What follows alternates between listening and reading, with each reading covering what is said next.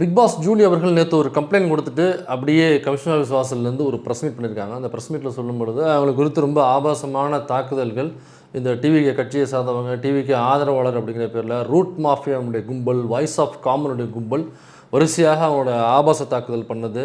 ரெண்டாவது கிட்னி திருடிட்டாங்க அப்படின்னு சொல்லிட்டு ஒரு பொய் கம்ப்ளைண்ட் மேலே கொடுக்குறாங்க, பொய்யான பரப்புரை செய்கிறாங்க அப்படின்னு சொல்லிட்டு அதுக்கு எதிரான ஒரு கம்ப்ளைண்ட் அப்படின்னு சொல்லி பேசும்பொழுது அவங்க முக்கியமான விஷயத்தையும் சொல்கிறாங்க. அவங்க ஏற்கனவே கல்யாணமாகி அவங்க கேரளா இருக்கும் பொழுது அப்போ அபார்ஷனும் ஆயிடுச்சு அப்படின்னு சொல்லி ஒரு விஷயத்தை ரொம்ப சென்டிமெண்ட்டாகவும் சொல்லியிருக்கிறாங்க.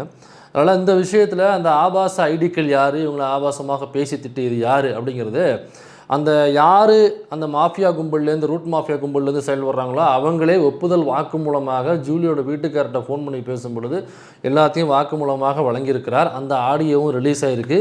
இது எல்லாத்தையும் சேர்த்து தான் இந்த வீடியோவில் நம்ம பார்க்க போகிறோம்.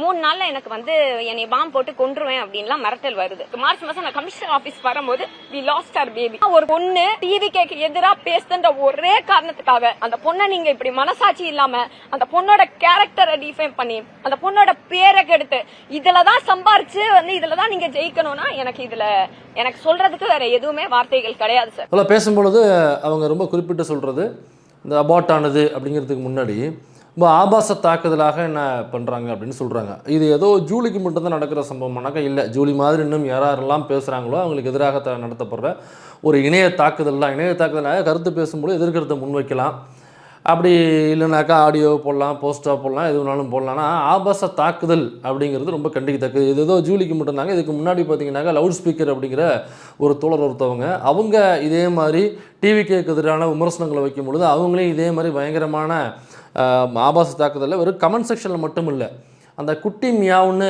ஒரு ஒரு பொறுக்கி அப்படின்னு தான் சொல்லணும். அந்த பொறுக்கி அவங்கள பற்றி பேசும்பொழுது ரொம்ப ஆபாசமான முறையில் பேசுது. அவங்க ஏதாவது விஜய்க்கு எதிராக பேசுகிறாங்க அல்லது கட்சிக்கு எதிராக பேசுகிறாங்கனாக்கா இல்லை நீங்கள் பேசுகிறது தவறு, இதுதான் உண்மைன்னு சொல்லி பேசலாம். அது இல்லாமல் எந்த கண்டென்ட்டும் கிடையாது, எந்த கருத்தும் கிடையாது, இந்த கொள்கை குன்றுகள் எதுவும் கிடையாது. அதுனாக்க வெறுமனே ஆபாச தாக்குதல். அப்போ இந்த 10 வயது சிறுமி சூலூரில் இருந்த பொழுது இந்த இப்போ தான் முதல்ல வந்து வீடியோ போடுது, அந்த கைதான 2 பேரில் ஒருத்தன் வந்து திமுக காரன் அப்படின்னு சொல்லிட்டு ஒரு பொய்யான பரப்புரையை கான்ஸ்பெரிசியை இந்த மக்களை இப்போ தான் கிளப்பி விடுது. அப்புறம் இந்த டிவிக்கு ஐடியை சார்ந்தவங்க நிறைய பேர், அதாவது அந்த இறந்து போன சாகடிக்கப்பட்ட கொல்லப்பட்ட அந்த 10 வயது சிறுமியினுடைய அம்மா, அதாவது பாலியல் உள்ளூர் செய்து கடத்தி கொல்லப்பட்ட அந்த சிறுமியினுடைய அம்மா இருக்காங்க, அவங்க வந்து குடிச்சிட்டு படுத்து கிடந்தாங்க, அவங்க வந்து குடிப்பழக்கம் உள்ளவங்க அப்படின்னு இந்த ஒட்டுமொத்த விவாதத்தையுமே திசை திருப்புற வேலையை பார்த்தாங்க. இப்போ நான் ஒன்று கேட்குறேன், டிவிகேவுக்கு ஓட்டு கேட்ட, டிவிகேவுக்கு ப்ரொமோஷன் பண்ண, டிவிகேவுக்கு பிஆர்ஓ பண்ண, முன்னாடி எல்லாரும் விசிலுக்கு ஓட்டு போடுங்க அப்படின்னு ப்ரொமோஷன் பண்ண இன்னொரு ஐடி, அந்த ஐடியை கொஞ்சம் நோண்டி பார்த்தோம்னாக்கா அது ஃபுல் பக்காடியை எடுத்து வச்சுட்டு ஊற்றி குடிச்சிட்டு இருக்கு கொக்கோ கோலாவில். அண்டு அவங்களுக்கு ஒரே ஒரு ஆலோசனை மட்டும் தம்பி சொல்ல சொன்னாப்புல, என்ன தம்பி பக்காடிக்கு வந்து வாட்டர் தான் ஊற்றணுமா அப்படின்னு சொல்கிறாப்புல, கொக்கோ கோலா ஊற்றி குடிச்சு அவங்களோட டேஸ்ட்டு அவங்களோட விருப்பம், அது நமக்கு எதுவும் இல்லாது, அவங்களுடைய பழக்கம் தனிப்பட்ட பழக்கம். அவங்க ஒரு வீடியோவை வெளியிட்டிருக்காங்க. அந்த வீடியோவை பப்ளிஷாக அவங்க பொது வழியிலே வெளியிடுறாங்க அவங்களுடைய சோஷியல் மீடியாவில். அந்த வீடியோவும் கொஞ்சம் பார்த்துட்டு வாங்க.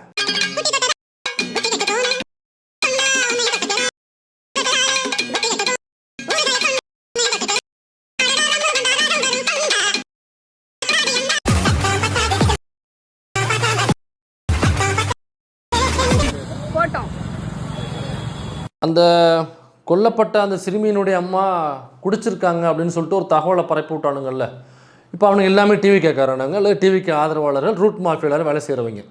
இப்போ அவங்க எல்லார்ட்டும் கேட்குறாங்க, ஏப்பா உங்கள் ரூட் மாஃபியா கும்பலில் உள்ள இந்த ஐடிக்கள் தான் அந்த இறந்து போன சாகடிக்கப்பட்ட கொல்லப்பட்ட அந்த சிறுமிக்கு எதிராக பேசின இந்த ஐடிக்கள் தான் நோண்டி பார்த்தோம்னாக்கா முழு நேர குடிப்பழக்கம் உள்ளவர்களாக மட்டுமே இருக்காங்க. குடி நோயாளிகள் எனக்கு தெரிஞ்சு இந்த அக்கேஷனலாக குடிக்கிறது அல்லது சோஷியல் ட்ரிங்க் குடிக்கிறது அல்லது வீக்லி ஒன்ஸ் நண்பர்களோட ஞாயிற்றுக்கிழமை ஒதுங்கிறது அப்படி கூட கிடையாது.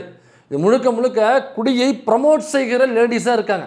தான் குடிக்கிறத வீடியோ எடுத்து ரீல்ஸாகவும் தன்னுடைய சோஷியல் மீடியாவிலையும் போட்டு தன்னை ஃபாலோ பண்ணுறவங்க அல்லது தனக்கு பிடித்தமானவர்கள் அல்லது இந்த வீடியோவை யாரெல்லாம் போய் சேருதோ அவங்கள வந்து குடிக்கிறதுக்கு தூண்டுகிற, குடிப்பழக்கத்தை தூண்டுகிற, குடி நோயாளி ஆக்குவதற்கு தூண்டுகிற ஒரு மோட்டிவேஷனல், ஒரு ட்ரிங்க் மோட்டிவேஷனலாக இவங்க செயல்பட்டுருக்காங்க. இப்போ அந்த அம்மா குடிப்பழக்கம் உள்ளவங்க, அதனால் வந்து அந்த அம்மாவுக்கு வந்து ஆதரவாக யாரும் பேசக்கூடாது, அவங்க சமூகத்தில் புறந்தள்ள வேண்டியவங்க அப்படின்னு பேசுகிற அந்த முண்டக்கலப்பைகள், அந்த மூதேவிகள், அந்த பரதேசி நாய்கள், அந்த டிவிக்கு பொறுக்கி கும்பல்கள் இருக்குல்ல, அந்த கும்பல்கள் எல்லாத்தையும் கேட்குறேன். இப்போ 2 பேரும் எதுக்கு காசு கொடுத்து பேச வச்சிங்க? இப்போ இந்த 2 குடியாரைகளையும் எதுக்கு காசு கொடுத்து பேச வச்சிங்க? குடிக்கிறதுங்கிறது எப்போவுமே தனிப்பட்ட பழக்கம் தான். அப்போ அங்கே பேசின நீங்கள் அப்போ இவங்களுக்கு எதிராக பேசணும்ல. அப்போ கட்சியை ப்ரமோட் பண்ணிக்கிட்டு முழு குடியையும் ப்ரமோட் பண்ணுற ஒருத்தவங்களா இருக்காங்களே, இவங்களுக்கு எதிராக அன்றைக்காவது நீங்கள் பேசியிருக்கீங்களா? அப்போ இவங்க ப்ரமோட் பண்ணுற ஒரு கட்சி எப்படி நல்ல கட்சியாக இருக்கும்? இந்த மாதிரி இருக்கிறவங்க ப்ரமோட் பண்ணுற ஒரு பர்சன் எப்படி நல்ல பர்சனாக இருக்க முடியும்? இப்போ பேக் டு த பாயிண்ட் வருவோம். இப்போ ஜூலிக்கு எதிராக பேசுனதற்கு அப்புறம் லவுட் ஸ்பீக்கர் அந்த ஸ்ரீநிதிக்கு எதிராக பேசினது சொன்னோம். இதே மாதிரி பத்திரிகையாளர் ஒருத்தவங்க ஈஸ்வரன் அவங்க பேர், அவங்களுக்கு எதிராகவும் ரொம்ப ஆபாச கொலைவெறி தாக்குதல், ஆசிட் அடிப்போம் வீடு புகுந்து அப்படின்னு சொல்லிட்டு ஒரு 4 பேரை கூட்டு வந்து பாலியல் உள்ளுறவு செய்ய விட்டு நாங்கள் ஆசிட் அடிப்போம் மர்ம உறுப்பில், அவங்களுடைய பிறப்பு உறுப்பில் அப்படின்னு சொல்லிட்டு அது நேரடியாகவே ஆடியோவே இருக்குது. நம்ம நிறைய வீடியோக்களில் போட்டிருக்கோம், வேணா இந்த வீடியோலும் போடுறேன் கேளுங்க. கிட்டத்தட்ட எனக்கு தெரிஞ்ச நீ எல்லாம் விஜய் பேசுற, நீ எல்லாம் பொம்பளை அடிய பொறுக்கி எல்லாம் முதல்ல பேசலாம் மாட்டேவாங்கன்னா என்னடி தகுதி இருக்கு? நீ ஒரு கொளுத்திட்டு வந்துடுறேன், ஆசிட்டு ஊத்திட்டு வந்துடுறேன்.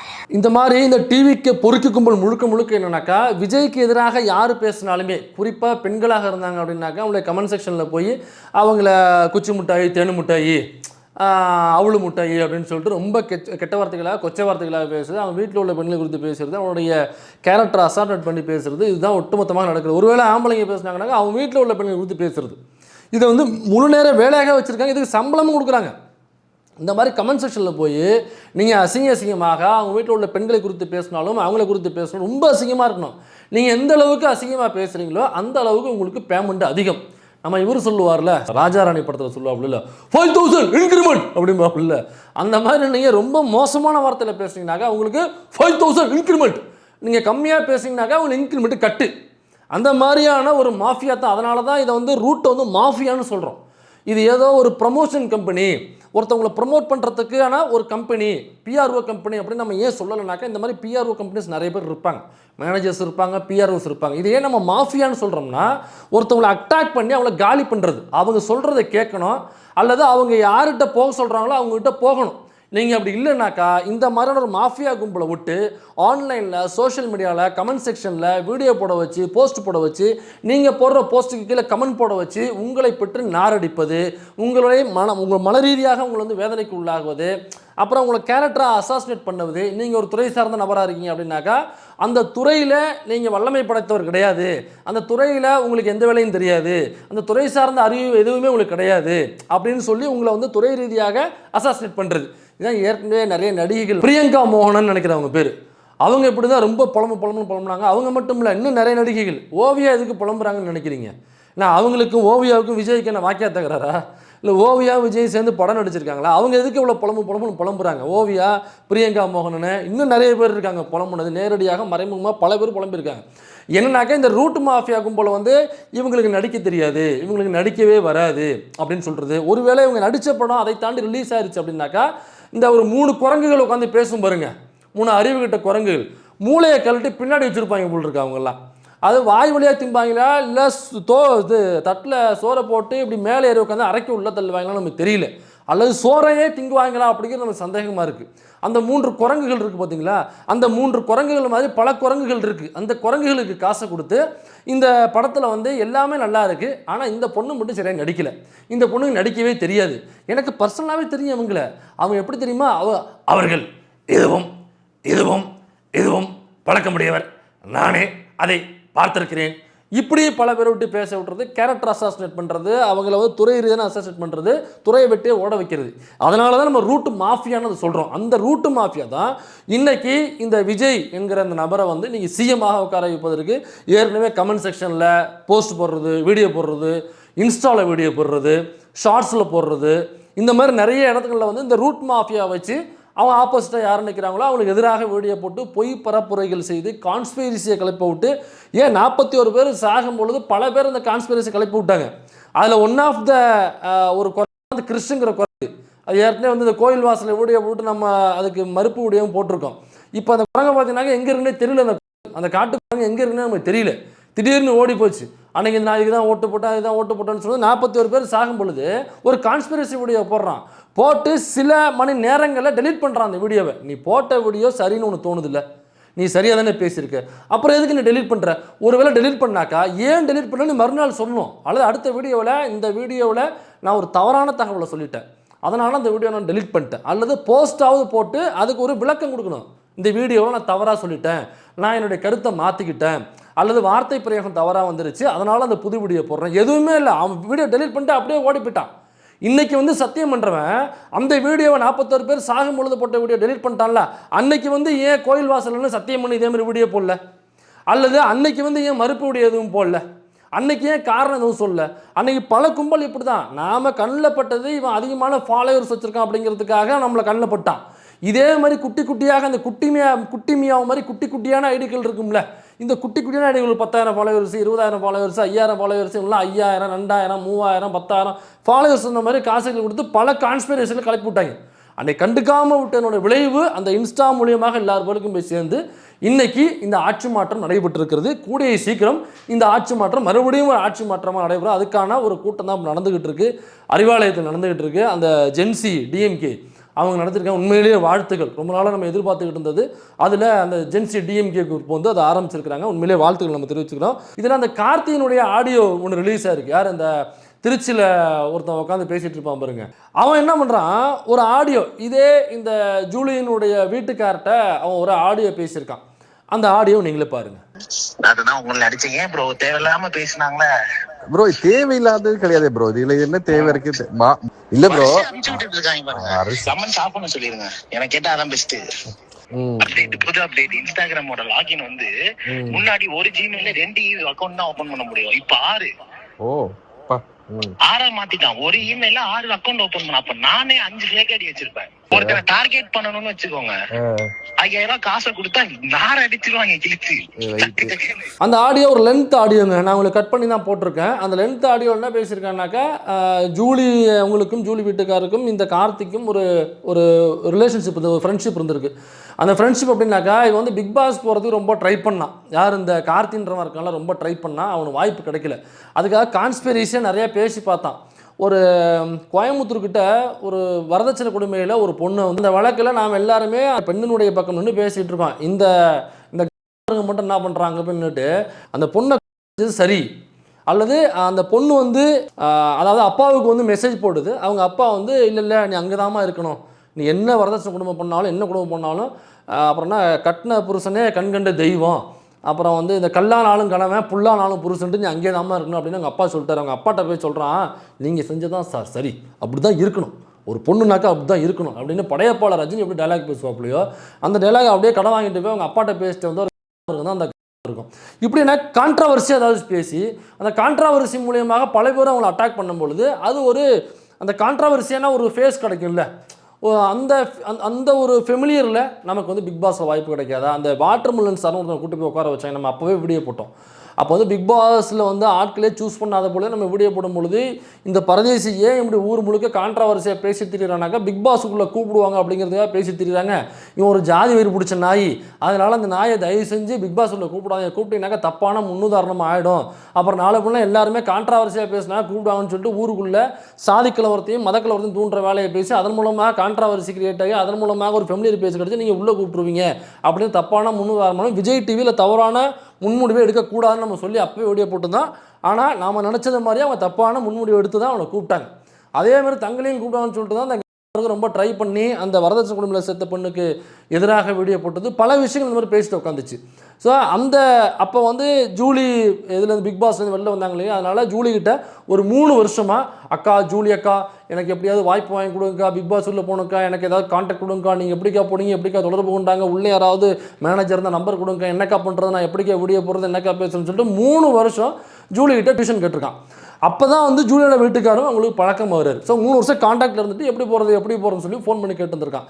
அதில் தான் ஜூலி வந்து விஜய்க்கு எதிராக பேசும்பொழுது எலெக்ஷனுக்கு முன்னாடி இவர் வந்து அவருக்கு ஜூலி வீட்டுக்காருக்கு ஃபோன் பண்ணி சொல்லியிருக்காப்புல, இந்த மாதிரி பேச சொல்லாதீங்க, பேச சொன்னீங்கன்னாக்கா எனக்கு ஐடி விங்லேருந்து மெசேஜ் அனுப்பிச்சாங்க. ஐடி விங்னா எந்த ஐடி விங்க சொல்லு, இல்லை ஐடி விங்னாக்கா இவர் இந்த ஐடி கம்பெனியில் வேலை பார்க்குறாரா, இல்லை ஐடி கம்பெனியில் வேலை பார்க்குறாங்க, ஐடி கம்பெனிலேருந்து உனக்கு மெசேஜ் பண்ணி ஜூலி புருஷன்ட்ட ஃபோன் பண்ணி ஜூலியை வந்து விஜய்க்கு எதிராக பேசாதீங்கன்னு எந்த ஐடி கம்பெனியாவது உங்கள்கிட்ட சொன்னாங்களா, இல்லை எந்த ஐடி கம்பெனியில் சொல்லு. அப்போ இதான் ஐடிலேருந்து ஐடி விங்லேருந்து ஃபோன் பண்ணுறாங்க மெசேஜ் பண்ணுறாங்கனாக்கா எந்த கட்சியினுடைய ஐடி விங்னு சொல்லு. திமுக சொன்னிச்சா? சொல்ல வாய்ப்பு இல்லை. அதிமுக இல்லை. வேறு யார்?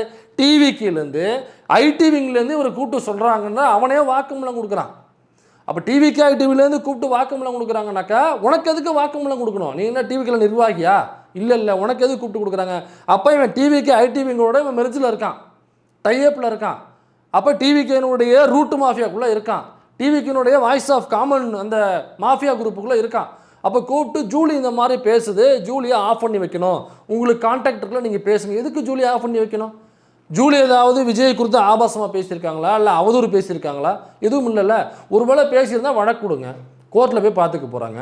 அது இல்லாமல் பேசவே கூடாது அப்படிங்கிறதுக்காக ஃபோன் பண்ணி பேசியிருக்கேன். இப்போ இதெல்லாம் ஒன்றும் இல்லை ப்ரோ அப்படின்னு சொல்லும் போது தான், இல்லை கமெண்ட் செக்ஷனையாவது ஆஃப் பண்ணி வைக்க சொல்லுங்கள், இல்லைனாக்கா 2 வாரம் நீங்கள் தான் கண்டென்ட் அப்படின்னு இருக்கானுங்க. அப்போ 2 வாரம் இந்த பொண்ணை பேச விடாமல் அடிப்பது, 2 வாரம் கமெண்ட் செக்ஷனில் போய் அந்த பொண்ணை ஆபாசமாக பேசுவது, ஆபாசமாக திட்டுவது, ட்விட்டர் ஸ்பேஸ் போட்டு அந்த பெண்ணுக்கு கொலை மிரட்டல் விடுவது, அப்புறம் வேறு எங்கேயாவது போஸ்ட் போடும்பொழுது அந்த பெண்ணை குறித்து ஃபேக்கிலேருந்து போஸ்ட்டு ஆபாசமாக போடுவது, அப்புறம் வீடியோ போடும்பொழுது இந்த மாதிரியான குடியாரிகளை விட்டு வீடியோ போடும் பொழுது ஏதோ ஒரு சரக்கு வாங்கி கொடுத்தா போதும் போல் இருக்குது, அது பாட்டு உட்காந்து குடிச்சிட்டு பேசும் போல் இருக்குது. அந்த மாதிரி தான் அந்த புள்ள பேசிகிட்டு இருக்குது.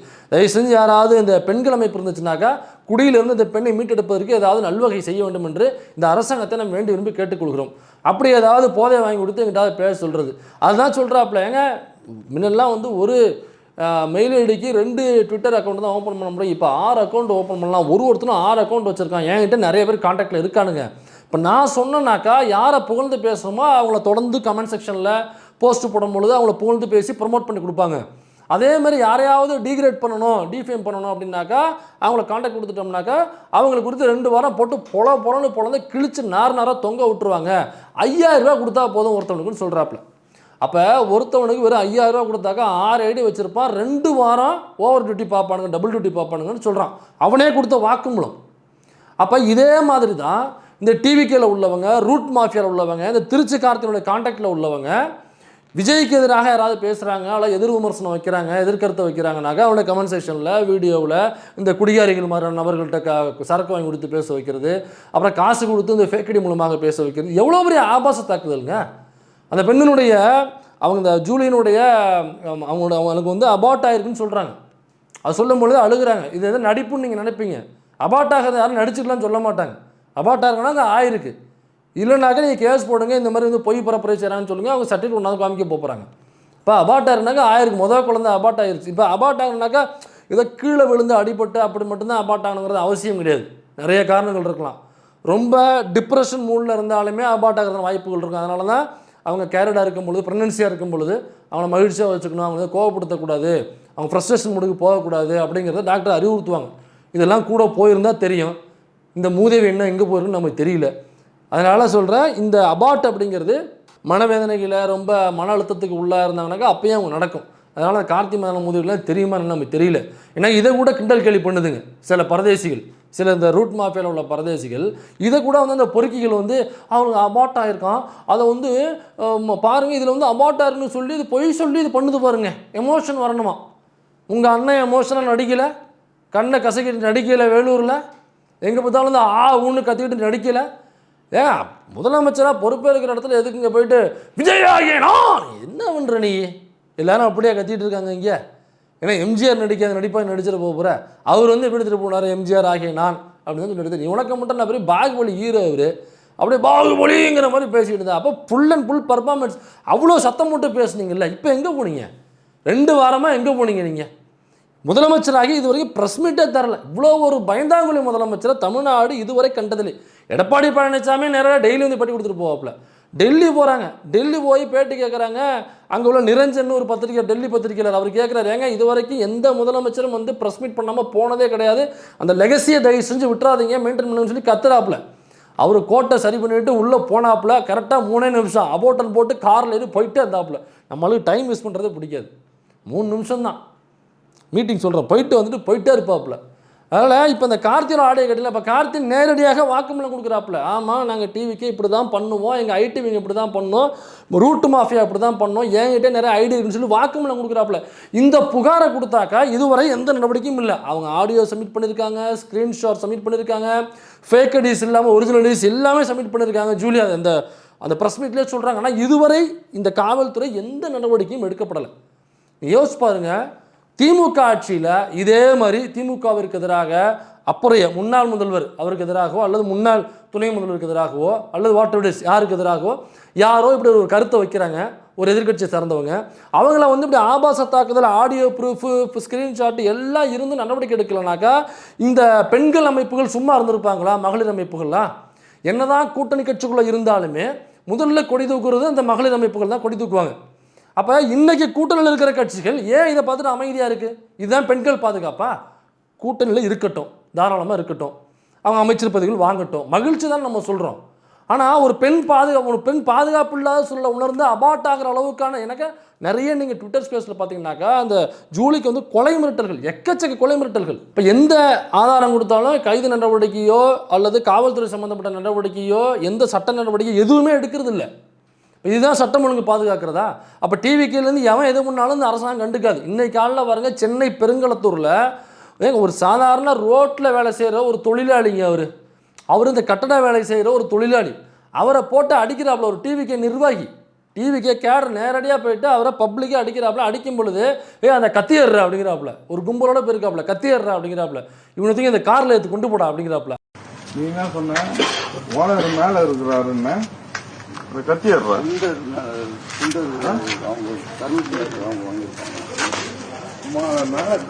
மேலே ஓனர் இருக்கிறாருன்னா இவனை வண்டியில் ஏற்று காரில் ஏற்றுறான். அப்போ ஆள் கடத்தல் வேலை தொடர்ந்து செய்கிற நபராக அவர் இருக்கணும். அப்போ கத்தி ஏறானாக்கா அவருடைய வண்டியில் ஒரு கொலைவெறி ஆயுதங்களை ஒரு உள்ளே வச்சிருக்கணும். கத்தி மட்டும் தான் வச்சிருக்காப்லையா இல்லை துப்பாக்கியும் சேர்த்து வச்சிருக்காப்லையா நமக்கு தெரியல. அப்போ ஒரு மிகப்பெரிய ரவுடியாகவும் மிகப்பெரிய பொறுக்கியாகவும் மிகப்பெரிய சமூக விரோதியாகவும் தான் இருக்க முடியும். இல்லை அந்த ஏரியாவில் வந்து தொடர் கஞ்சா வைக்கிற நபராக இருக்கலாம், இல்லை அந்த ஏரியாவில் வந்து பெண்களை வைத்து தொழில் செய்கிற நபர்களோட தொடர்பு இருக்கலாம் அவருக்கு. எனக்கு அந்த நிர்வாகிங்கிற போஸ்ட்டை வச்சுக்கிட்டு அவங்ககிட்டலாம் மாமூல் வாங்குற நபராக இருக்கார். அங்கே பில்டிங் ஒர்க் நடக்கிறதுனால காசு கொடுக்குறாப்புல. அந்த தனுஷ் கப்பாப்புல இல்லை இந்த படத்தில் வந்து காசு கொடு கழுத்து ஆப்ரேஷன் ப்ராப்ளம், அந்த மாதிரி ஒரு பில்டிங் கட்டினாக்கா உடனே வந்து காசு கொடு, நீ ஏதாவது தொழில் பண்ணுறியா காசு கொடு, அது சமூக விரோதம் நடத்திட்டு போ காசு கொடு. அப்போ ஓனர் அடிக்கிறதுக்கு வக்கு இல்லாமல் அவரு உடல் ரீதியாகவும் அதிகார ரீதியாகவும் பண ரீதியாகவும் ரொம்ப விளிம்பு நிலையில் இருக்கக்கூடிய ஒரு நபராக இருக்கார். அவரை அந்த இப்போ ஒரு 10 பேர் அழைச்சிட்டு அடிக்கிறானாக்கா இவன் பெரிய வீரனாவன், இல்லை பெரிய வீரன், அதுக்கு இல்லைனாக்கா அவரை அடிக்கிறது கத்திய வேற கேட்குறான். அவன் அவரே முடியாமல் அடி வாங்கிக்கிட்டு இருக்காரு. அவர் அடிக்கிறது கத்தியை கொடு, ஆளை தூக்கு, எங்கேயாவது போதையை போட்டு வந்திருப்பான், பயங்கரமான கஞ்சா குடிக்க இருந்திருப்பான், இப்போ இவனை கட்சியை விட்டு நீக்கியிருக்காங்க. ஆனால் சட்ட நடவடிக்கை என்ன? இவனை கைது பண்ணீங்களா? இவன் எவ்வளோ ரவுடிங்கிறது வரைக்கும் நீங்கள் எக்ஸ்போஸ் பண்ணீங்களா? கண்டிப்பாக மிகப்பெரிய ரவுடியாகவும் பொறுக்கியாகவும் தான் இருக்க முடியும். இவனை எப்படி கட்சியில் சேர்த்தீங்க? இவனுக்கு எப்படி பொறுப்புகள் கொடுத்தீங்க? ஒரு சின்ன நியூஸாக வந்துட்டு போதுங்க, நம்ம தான் பேசுகிறோம். பொது வழியில் பெரிய பேசு பொருளாக இருக்கணும்ல, ஏன் பேசு பொருளாக ஆகவே இல்லை? இதுக்கு முன்னாடி சின்னதாக ஒரு குசு விட்டா கூட திமுக ஆட்சியில் பாம்பு போட்டாங்கன்னு பேசுனவங்க இந்த ஆட்சியில் பாம்பு போட்டால் கூட யாரோ லைட்டாக குசுற மாதிரி சத்தம் வருது, அப்படி கூட பேச மாட்டேங்கிறாங்க. அப்போ திட்டமிட்டு ஒரு ஆட்சிக்கு எதிராக ஒரு ஆன்டி இன்கம்பன்சியை கிரியேட் பண்ணுறதுக்காக திட்டமிட்டு ஆர்டிஃபிஷியலாக கிரியேட் பண்ணுது போன ஆட்சியில். இந்த ஆட்சியில் சட்டம் ஒழுங்கே சரியில்லாமல் இருந்தாலும் கமுக்கமாக மூடிக்கிட்டு என்ன எழுதணும்? காதல் விவகார கொலை தமிழ் சமூகமே, அப்படி சைலண்ட்டாக போயிடணும். இதே இந்த திருச்சி டிவிகே கார்த்தி இருக்கான் பார்த்தீங்களா, இவனுடைய ஒரு வீடியோ ஒன்று இப்போ வைரலாக இருந்தது. நம்ம நடுவரல் புஷ்பராஜ் கூட பயங்கரமாக போட்டு அதை கிண்டல் பண்ணியிருந்தார். நடுவில் புஷ்பராஜ்கிட்ட இருந்தால் அது எல்லாத்துமே வைரலும் ஆணுச்சு. அந்த வீடியோவில் திமுக பீரியடில் பெண்களுக்கு நடந்த வன்கொடுமைகள்னு ஒரு லைன் எடுத்தாங்கல்ல, அந்த லைன் எடுக்கும் பொழுது இந்த முண்டக்கலப்ப அந்த பரதேசி நாய் அப்போ என்ன பேசியிருக்காங்கன்றதை நீங்கள் பாருங்கள். பெண்கள்லாம் பாவம், 10 மணிக்கு வெளியே போனால் நீ எதுக்கு அந்த இடத்துக்கு போனீங்கன்னு பெண்களை குறை சொல்லணும். அவங்க 1 மணிக்கு நடுராத்திரி கூட போகலாம், அது அவங்க இஷ்டம். ப்ரொடெக்ஷன் கொடுக்க வேண்டியது கவர்மெண்டோட ரெஸ்பான்சிபிலிட்டி. புரியுதா? இதே இப்போ டிவிக்கு ஆட்சியில் நடக்கும்போது என்ன பேசியிருக்காங்கிறது நீங்கள் பாருங்கள். நான் என்ன சொல்கிறேன்னா, பேரண்ட்ஸ் நீங்கள் தான் உங்களோட குழந்தைங்களை நல்லபடியாக பார்த்துக்கணும். ஏன்னா விஜய் என்ன ஆல்ரெடி நிறைய வேலை இருக்கும், புரியுதா? உங்கள் வீட்டில் உங்கள் குழந்தைங்களுக்கு ஒரு பிரச்சனை வரக்கூடாது அப்படின்னா நீங்கள் தான் ஃபஸ்ட்டு அவங்க கண்ணுங்க அர்த்தமாக பார்த்துக்கணும். அப்போ ரொம்ப சிம்பிள், நம்ம இதில் பேசி விளங்க வைக்க வேண்டிய அவசியமே இல்லை, இவ்வளவு தான் வேணுங்க. இந்த டிவிக்கேங்கிற கட்சி, டிவிக்கேங்கிற ஆட்சி route mafia, voice of common மாஃபியாங்கிறது நம்ம ஏன் சொல்கிறோம்னாக்கா இதனால தான் நம்ம சொல்கிறோம்.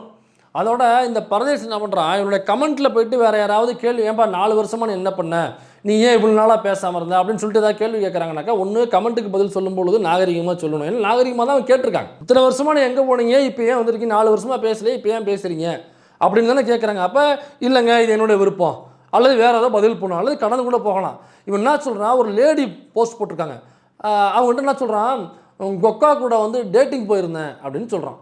இப்போ அவங்க என்ன திருப்பி கேட்குறாங்கனாக்கா, ஏன்பா உனக்கு பொண்டாட்டி இருக்குல்ல, உனக்கு புள்ள இருக்குல்ல, உங்கள் வீட்டில் பெண்கள் இருக்காங்கல்ல, இதே மாதிரி நீ யாருக்காக கமெண்ட் பண்ணும்போது அவங்க வந்து இதே மாதிரி உன் பொண்டாட்டி கூட டேட்டிங் போயிருக்கேன், அல்லது உங்கள் அக்கா கூட போயிருக்கேன், உங்கள் தங்கச்சி கூட போயிருக்கேன் அப்படின்னு சொன்னாக்கா அது சொல்லக்கூடாதுல்ல தம்பி, அதே மாதிரி நீங்களும் சொல்லக்கூடாதுல்ல தம்பி அப்படின்னு கேட்குறாங்க. அவங்க கேட்டதை நீங்களே பாருங்கள். என்ன மிஸ்டர் கார்த்திக் வாயெல்லாம் ரொம்ப அதிகமா இருக்கு. கமெண்ட் செக்ஷன்ல 4 வருஷம் என்ன பண்ணிட்டு இருந்தீங்க அப்படின்னு கேட்டா உங்க அக்காவை டேட் பண்ணிட்டு இருந்தேன்னு கமெண்ட் பண்றீங்க. உங்களுக்கு கல்யாணம் ஆகி குழந்தைங்க இருக்காங்க தானே, உங்களுக்கு பொண்டாட்டி இருக்குதானே, அடிக்கடி ரீல்ஸ் எல்லாம் போடுறீங்க பாக்குறேன். எதுக்கு வந்து அடுத்தவங்களோட அக்காவை டேட் பண்ணிட்டு இருக்கேன்னு போடுறீங்க, அப்புறம் ஏன் டெலீட் பண்றீங்க?